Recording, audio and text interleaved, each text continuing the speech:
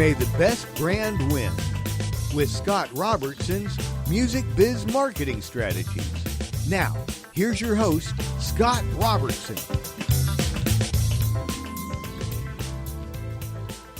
Hey, happy Friday, everybody. You are tuned to May the Best Brand Win on Entertalk Media, the undisputed leader in music biz talk. And I am Scott, your host, and a man that does find it ironic that the SDG&E Wildfire Resiliency Fair was canceled because of wildfires.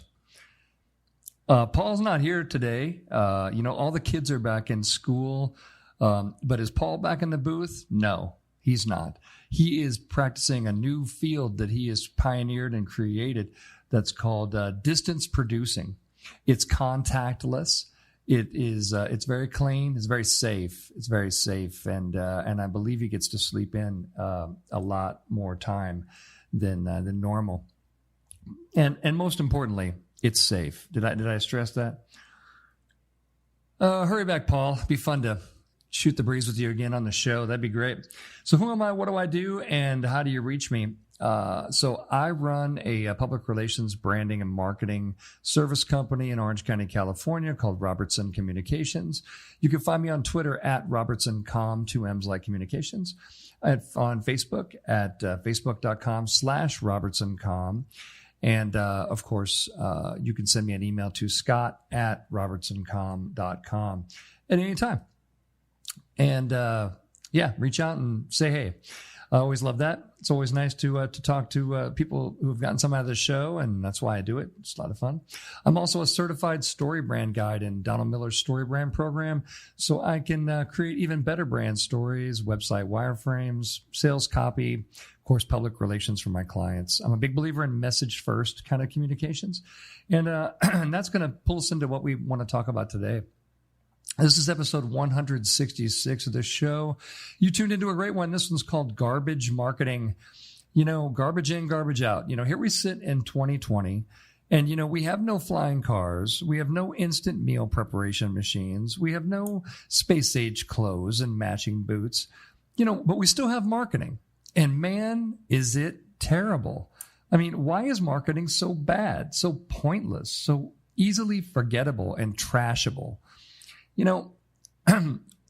It occurs to me that we all get so much marketing that we've just sort of tuned ourselves out of most of it. And most of it it's all just going in the trash, right? And there could be some good stuff in there. We don't know. So, but we're going to look at a few examples. I'm going to show you a few examples, and we're going to explore the issue a little bit on what is sure to be another, let's just call it Nobel Peace Prize winning episode of May the Best Brand Win right here on Entertalk. So let's talk about it. I thought I just would illustrate by some examples. Excuse me one second. So here's what we got. We got, this is from my inbox recently. Here's the subject headline of an email I got. From your sales friends at Allen Hyundai, regarding Labor Day savings, ... this season's best, continue. That's a terrible subject headline. Why is it a terrible subject headline? It doesn't say anything that I would be remotely interested in. Okay? Also, it cuts off the subject headline because someone in the digital marketing department does not understand very simple, very clear email truncation rules, which are easily found and clearly stated. Do you know every email program lists how many characters they're going to truncate your subject headlines at? There is no excuse for having a truncated email subject headline. That's just you blathering on without any damn idea what an email truncation rule is. Learn the rules. You're in professional communications, for God's sake. That's just lazy. So what's wrong with this email? Number one, it assumes that I care about Labor Day savings. Now, I'm a customer of Allen Hyundai, and I actually like the car that I leased from them. My lease isn't up until May of 2021.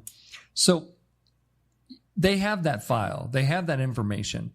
Why would you send me an email about your Labor Day savings when you know my lease isn't up until May?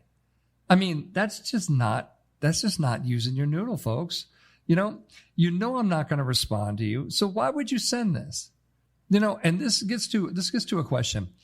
Not enough people, before they send out emails, ask the important and powerful question, why in the holy hell are we sending this out?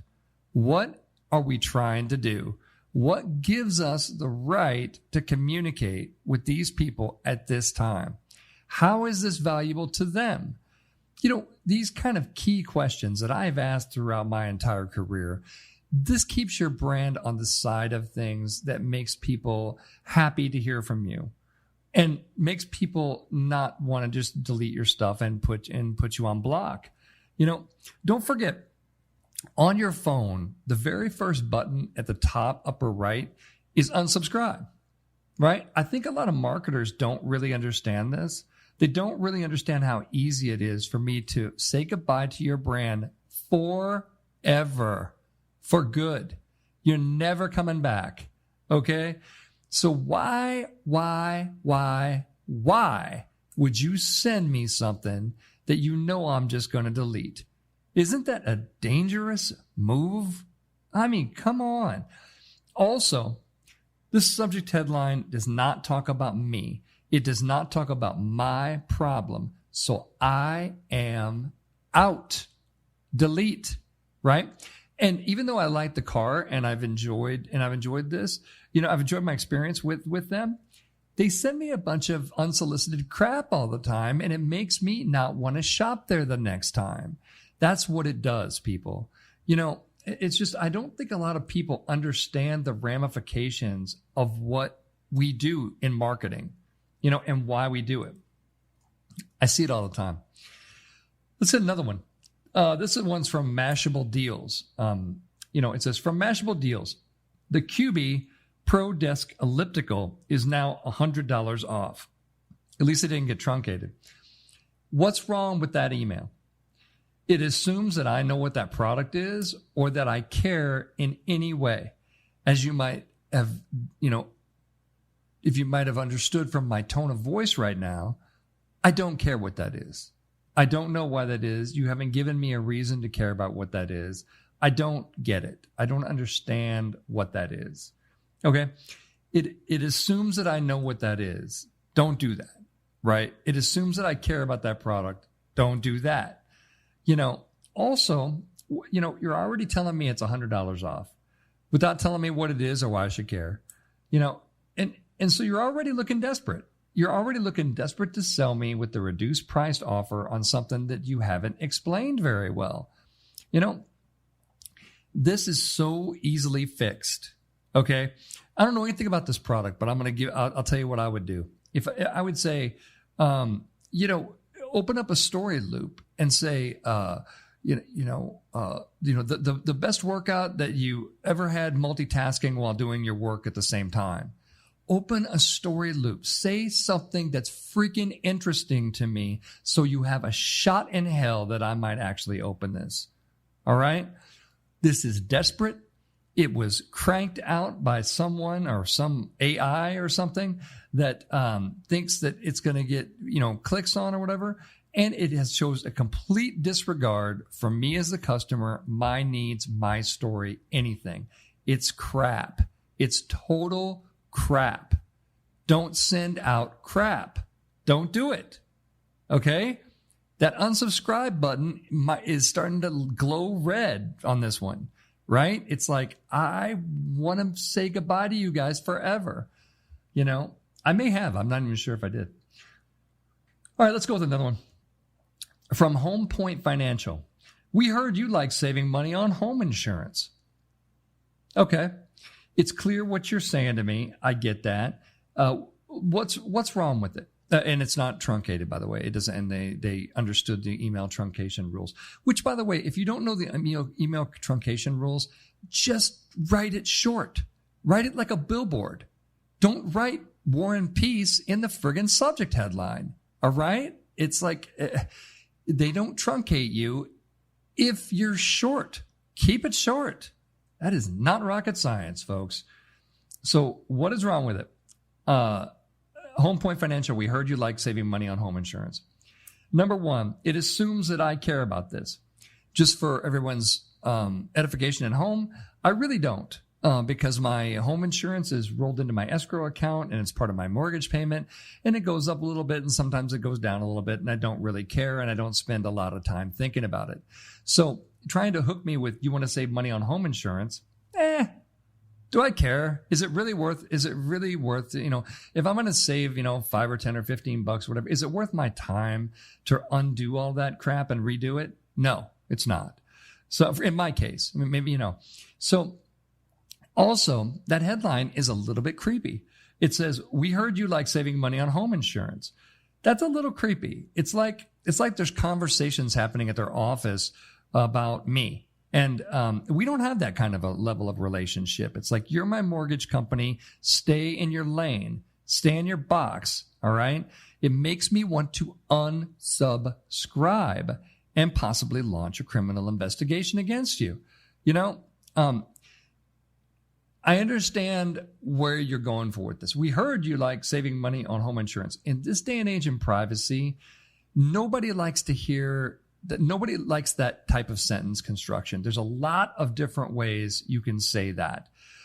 Personally, I would go to the ego. I would say smart home buyers are saving every penny on home insurance, that kind of thing. I'm like, oh, I'm a smart guy. Look how smart I am. Aspirational marketing, let them opt in, right? But you say, we heard you like saving money on home insurance. That creeps me out. That makes me go, I don't know. Wait, do you got my information somewhere? What the hell's the matter with you anyway? And you have a ton of these. Your inbox is full of them. Your mailbox is stuffed with letters and postcards and flyers that go from that box to the next box, which is just a trash box without a glance. We spend our entire lives skipping over bad marketing. As people in the marketing professions, can we not do better than this? This cannot be our best. It just can't. All right? Come on back. We're going to talk about who's winning and losing in the next segment. And I'm going to leave you with some tips on how to do this email stuff the right way in the third segment. So come on back. We'll see you in a few. Right now, you're tuned to May the Best Brand Win on Entertalk Media. Come on back. We're going to see who's winning and losing.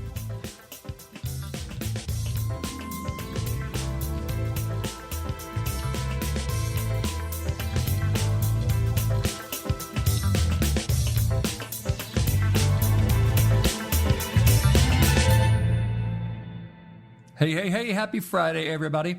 You are tuned to May the Best Brand Win on Entertalk Media, the undisputed leader in music biz talk. And I am Scott, your host, a man that is hanging out, talking about bad marketing, getting agitated and upset, which actually makes for pretty good radio. So it's probably a lot more fun to listen to the show that way.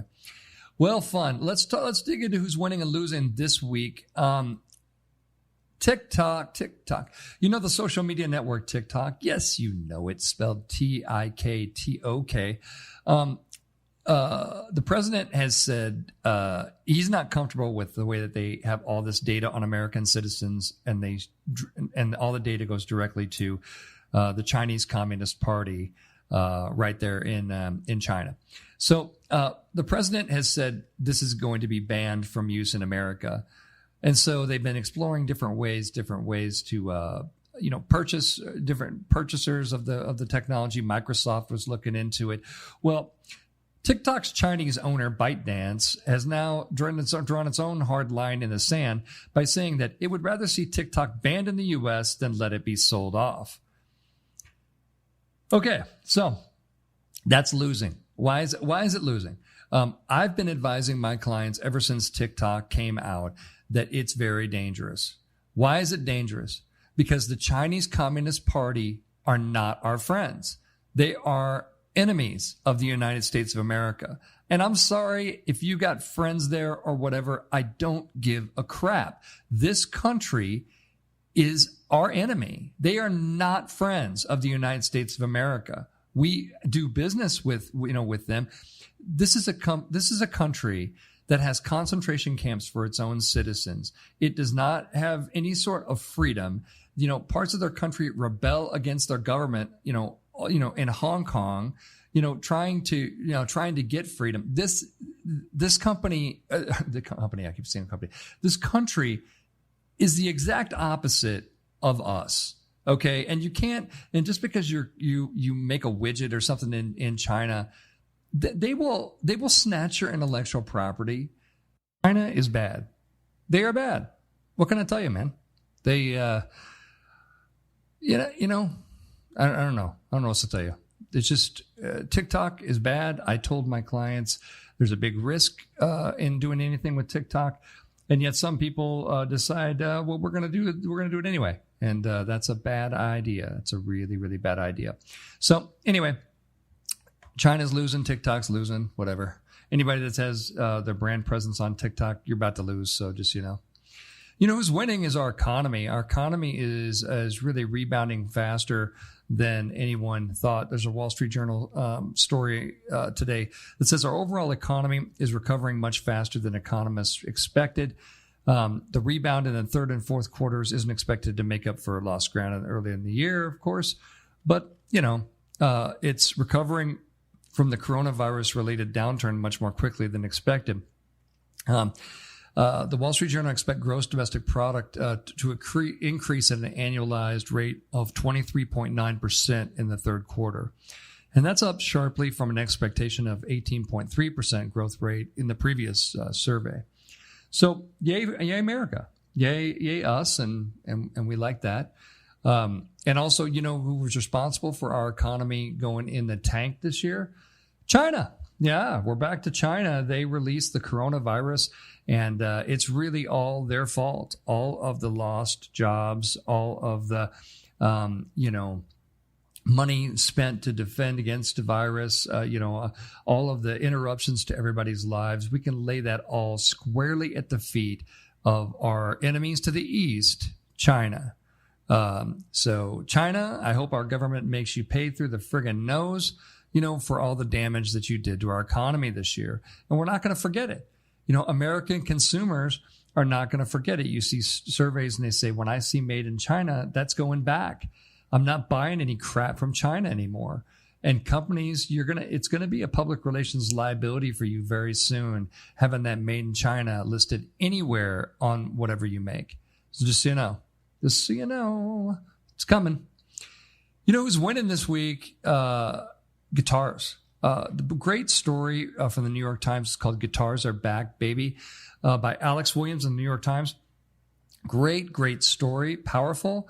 And he interviews all the right people and talks about the record years that some of our industries, great manufacturers are seeing including Fender and Gibson and Martin and Taylor, and even some startups are listed in this story as well. Basically, the data is taken from the music trades, so it's a really, really good look at how great guitar sales are doing and guitar manufacturers are doing this year. A lot of record sales all the way in the industry as people have kind of hunkered down and rekindled their passion with making music. So we got to love that. Lots of events coming up. One of my clients, full disclosure, my client BandLab Technologies is having is hosting a great virtual guitar event free on October 2nd through 4th. You just go to guitar.com/live and you can register for guitar.com live. And they announced this week that they're going to have Kenny Wayne Shepherd there, and Planey is going to be there, and the Fender Custom Shop folks are going to be talking about some of the new stuff that they're cranking out. I mean, it's really going to be an exciting event, and you're all encouraged to take a gander at that. It's going to be a pretty cool thing. Anyway, that's who's winning and losing this week. Come on back, folks, and I'm going to give you a few tips on how you can make sure your marketing is not garbage. We'll see you in a few.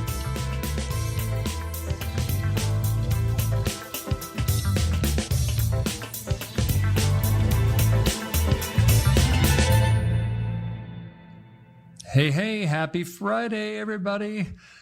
Welcome back. You are still tuned to May the Best Brand Win on Entertalk Media, the undisputed leader in music biz talk. I'm still Scott, your host. And we've been talking this entire show about garbage marketing. We've been talking about how much marketing is just awful. It's just god awful. Why? I'm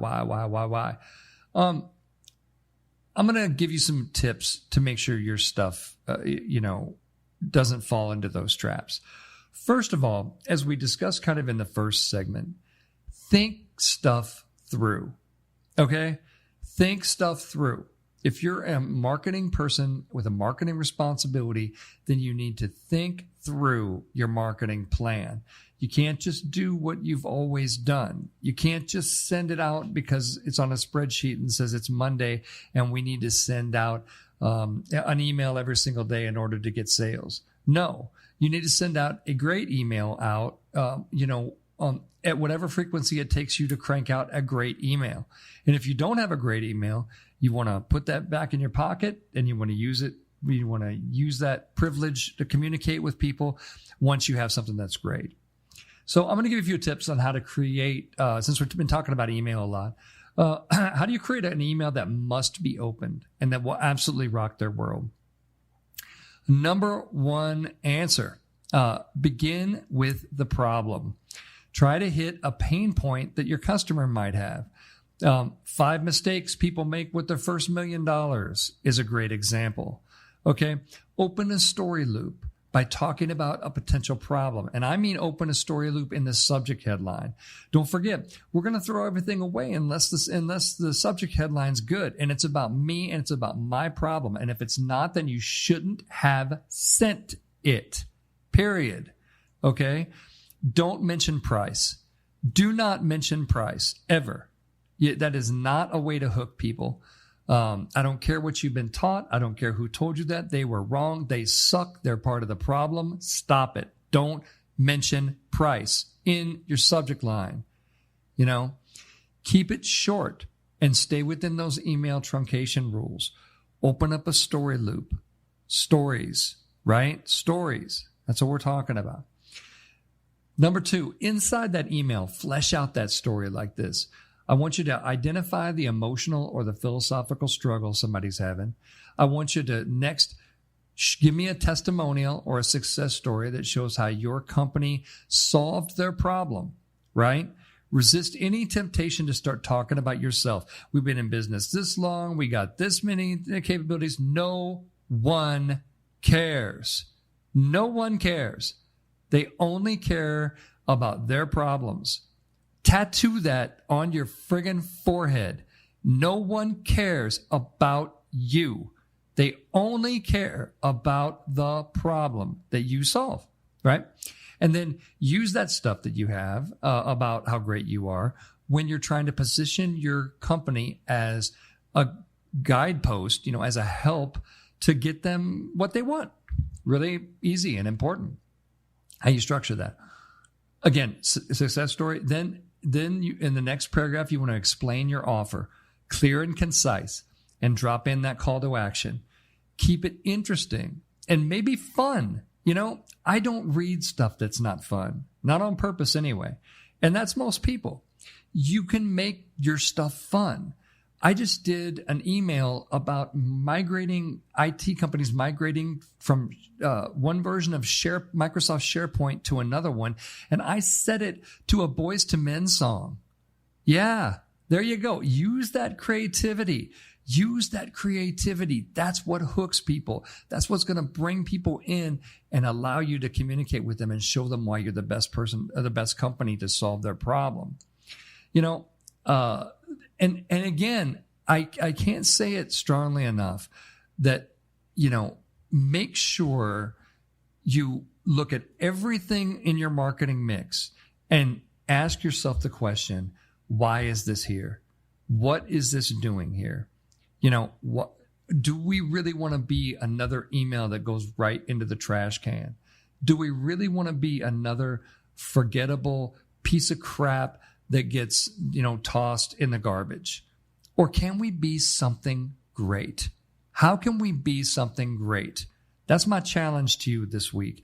I want you to hear my voice yelling at you, and saying, how can we be great? Not good, freaking great. Don't settle for anything less than great. The world is filled with bad marketing that tries to sound impressive or hip, or it tries to sell us something. And believe me, that's obvious.